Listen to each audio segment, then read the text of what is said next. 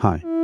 Nostalgia sent Korg on a mission to boldly go back to a time when it made synths with knobs under the keybed, filters called travelers, and an envelope stage called singing. miniKORG 700 SM is a reissue of Korg's classic with major upgrades. This Mini is the less expensive version of the full-size 700 released in 2021 with some differences. This is an analog monosynth with 2 oscillators and various ring mod options, dual filters, has a unique character, and is mainly knob per function with a few modern but hidden features. In this video, I'll take a look at what makes it special, compare it to the vintage classics it's based on and the full-size reissue, explore how one of the oldest tricks in the synth book expands its character, and take a look at some pros and cons compared to the competition.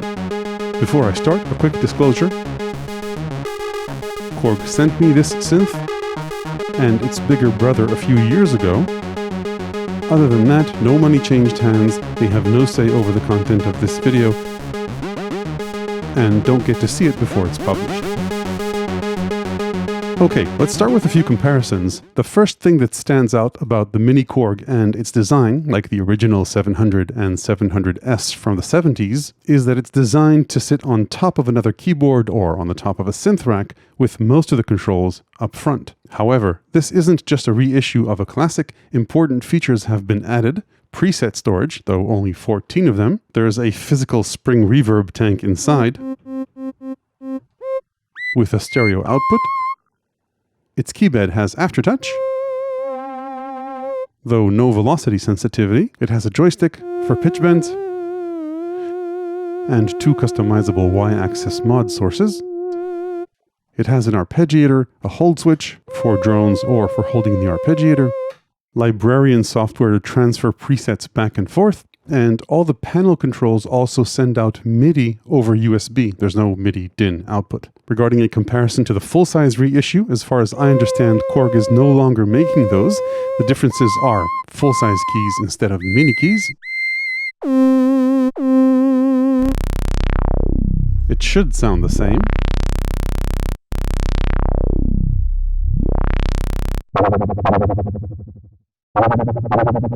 A bigger spring reverb tank on the full size, which does sound a bit different, depending on which frequencies you feed into it.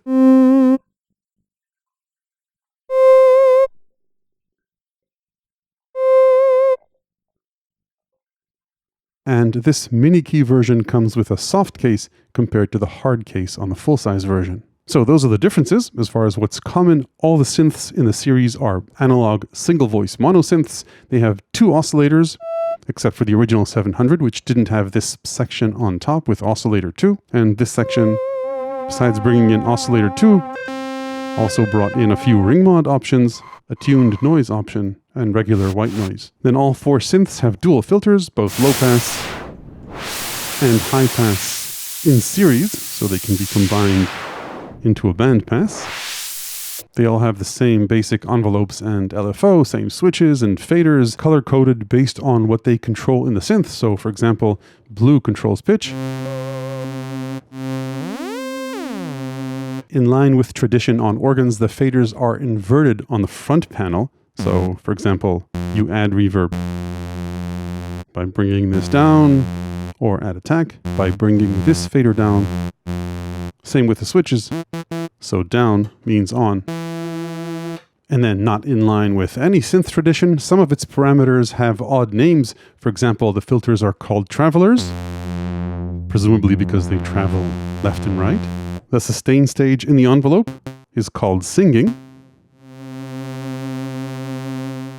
And turning on sustain actually disables sustain and enables release. Oscillator 2 is called effect, but that kind of makes sense because with ring mod and the noise option, you might consider it as an effect. And faders here are the right way up, so bringing them up will bring up pitch, for example. You use the buttons on top to swap presets. in 2 banks of 7 presets.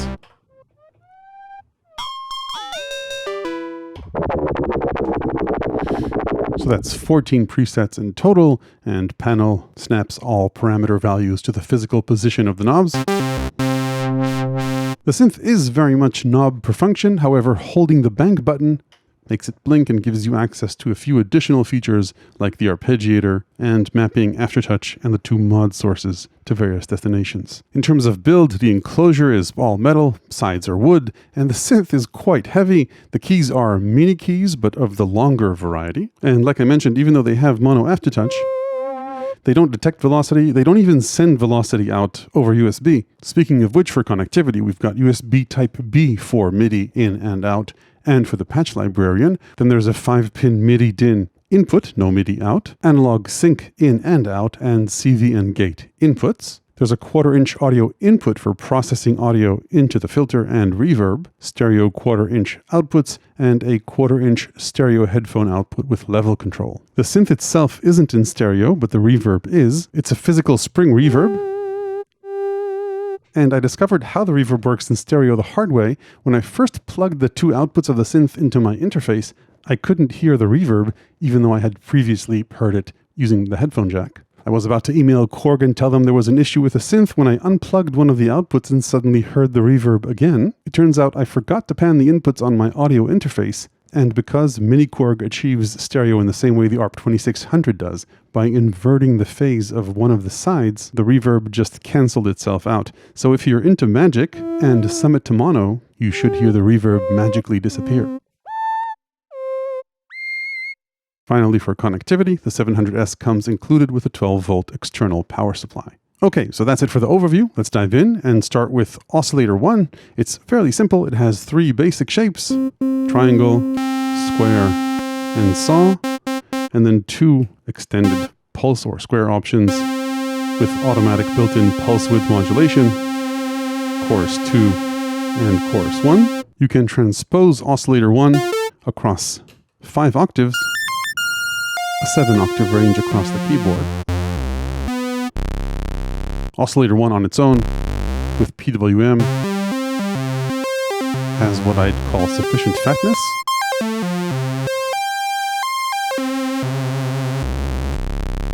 And it's a matter of subtle nuance, because these are ultimately basic shapes, but I'd say the square and especially the triangle have their own character that sounds a bit different, I'd say, from a Moog triangle. Perhaps a little more gentle. Not that one is better than the other, just different. And let's take a quick listen to the saw.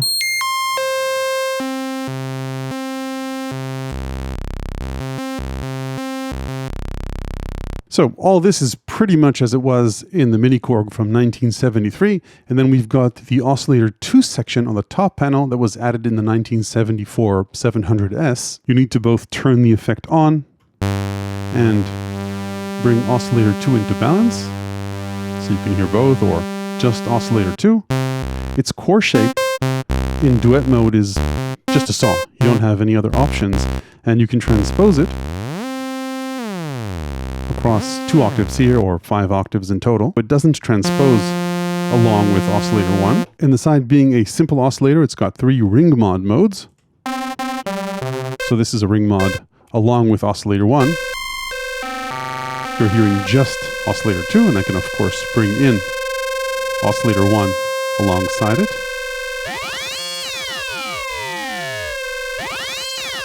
Mod 2 is another tracking option. Just a couple of octaves lower. So this is ring mod 2 versus ring mod 1. And then in ring mod 3, oscillator 2 itself is disconnected from keyboard tracking. So the results of it being ring modded with oscillator 1 are more chaotic and atonal compared to when it tracks the keyboard. Then oscillator 2 has 2 noise options, an interesting tuned noise feature. It sounds like a peak filter on the noise, but it's actually oscillator 2 ring modded with the noise. And then the second noise option is just regular noise. So those are the oscillators. Audio then gets sent to the filters, a combination of low pass filter on top and high pass filter on the bottom.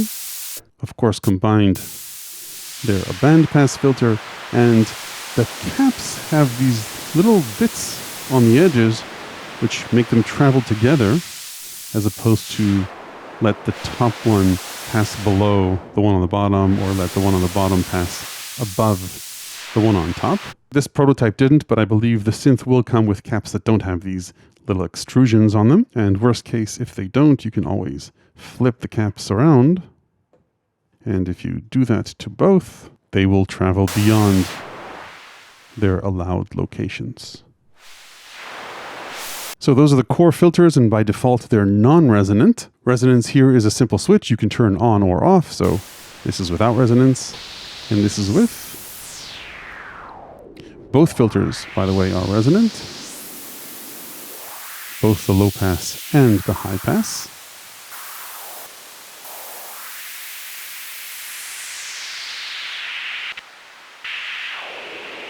And let's listen to them on a saw as well, with resonance.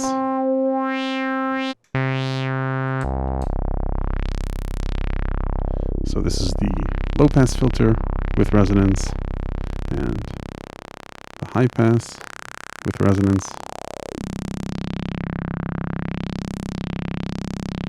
Or both as a band pass, or closer band pass.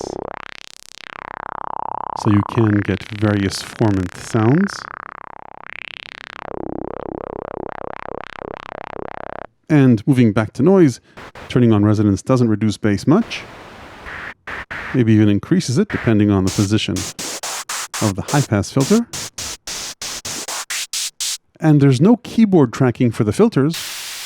However, I did notice that switching oscillator 1's octave above the lowest position does transpose the filter cutoff. Okay, let's move on and talk about modulation, and I'll start with the envelopes. The miniKORG has two envelopes, a simple single-stage pitch envelope called the bender that simply leads into each note. You can't change any of its parameters. And then there's a main envelope, always connected to the VCA or to level, which can also be assigned to the filter, and it has a very non-standard design. The attack stage works as you'd expect. Linear attack, but the decay, sustain, and release work differently. This slider controls decay for the first half of its travel, and then sustain level for the second half. And then beyond that, the envelope has two control switches, like I mentioned earlier, very oddly, a sustain switch that disables sustain. So this is sustain, and turn it on. It now acts as a release. And then there's another switch which is called sustain long, which, as you may have guessed, doesn't increase sustain, rather it increases the release time by 10 times. And also the attack times. So this is a slow attack and release, and this is a short attack and release. And then this envelope can also be linked to the filter by activating expand. So let's turn on brightness and turn on expand.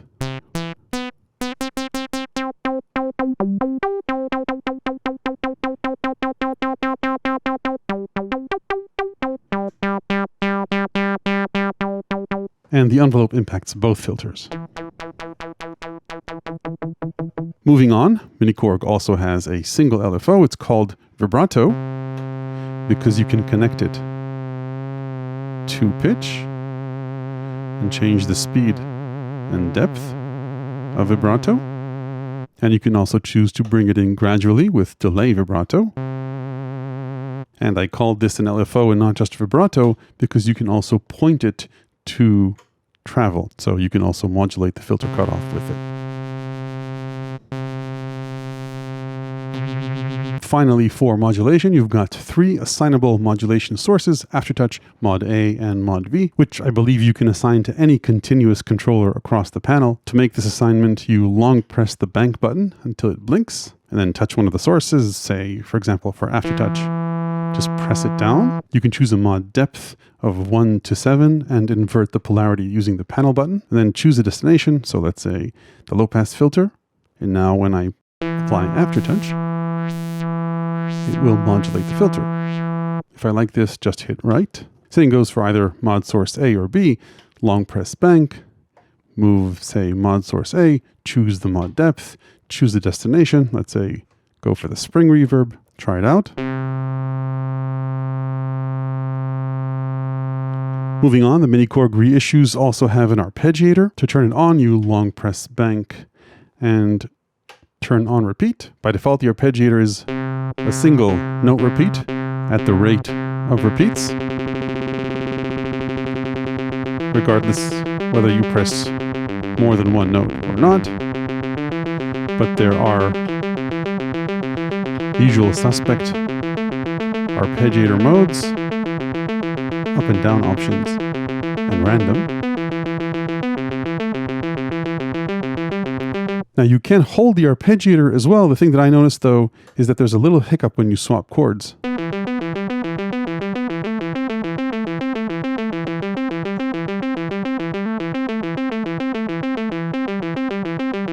Hopefully that's something they can fix. Then before I talk about the feedback trick I hinted at earlier, a few miscellaneous items. There's a Portamento option, and you've got control over Portamento rate. There's no legato Portamento, by the way. So it always works whether you play legato or not. It would be nice if they added a setting for that. And speaking of settings, you can change various settings by holding the bank button on startup. Things like local on-off, catch modes for the sliders, clock sources, and so on. Okay, so that's the synth overall. Before we head out to the pros and cons, a quick synth trick that works exceptionally well with this synth. Now, as you may know, one of the oldest tricks in the synth book for synths that let you route external audio into its filter is creating a feedback loop, either by splitting the output of the synth and feeding it back into the filter, or with synths that have a headphone output, you can simply plug the headphone output into the input. This trick works so well that Arturia named a whole line of synths after it. That's their brute factor. What's important for this to work is that the synth either have a level control on the headphone output, like this one does, or a level control on the external input, like the miniKORG does, but this synth does not. The problem here is that the headphone level knob is small and in an inconvenient spot in the back of the synth. This is why I hope you forgive the self-promotion. I'll use +3 as an attenuator with a TRS to TS splitter cable. So now we've got the output going through an attenuator into the input. Now with the proper adapters, any attenuator or expression pedal should work. Anyway, this is the core sound we programmed earlier, and if we increase feedback, you can see the character changes quite a bit. Now, the reason I mentioned it's particularly interesting in this synth is because it has a high-pass filter, say, unlike the miniKORG. So if we bring it all the way down and just keep our low-pass filter, it still has a nice impact, adding bass and nice warmth and saturation, but it's not as pronounced as when we reduce the bass a bit by bringing up the high-pass filter.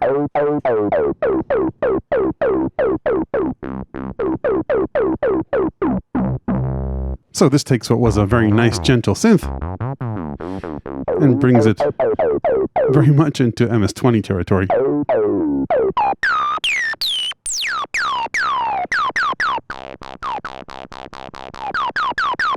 No feedback.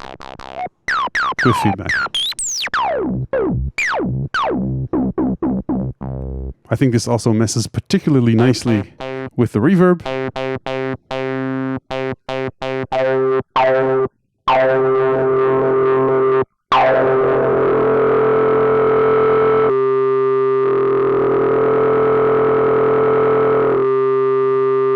Here are a few other examples of the impact this can have on the synth's sound. To me, this is much of the magic of analog synths. I'm not saying you can't get a coder to work hard and get close to this in digital, but the fact that such a simple trick can mess with a synth sound in such a lovely way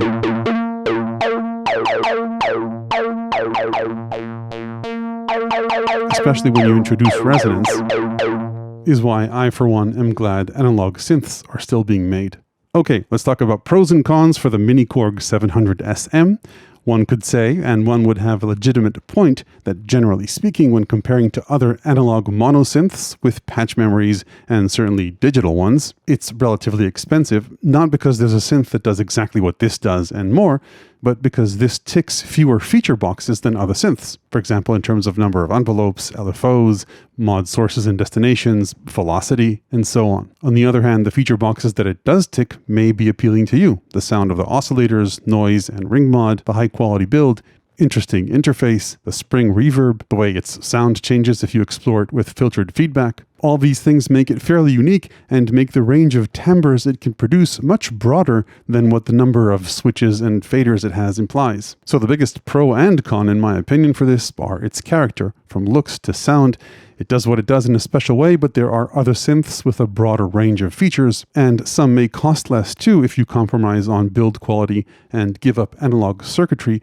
and there are certainly digital synths that sound great. Then in terms of wishlist features, the thing that feels most like a miss here is the fact that it only has 14 preset sounds. It's easy to move patches back and forth to a computer, but it would still be nice to be able to store more than just 14 presets on board. Also, as I mentioned, the behavior of the arpeggiator when held needs to be improved so that there aren't hiccups when you swap chords, and a legato portamento option would be nice as well. So that's it for miniKORG 700 SM. Stay tuned for me playing a few of its presets and my own sounds. I'll upload high-quality audio and multi-sampled instruments of it to my Patreon, where you'll also find my ever-expanding book of electronic music ideas, tips, and tricks. Hit like if this was useful, ring the YouTube bell below if you want to make sure you don't miss the next one. Thanks for watching.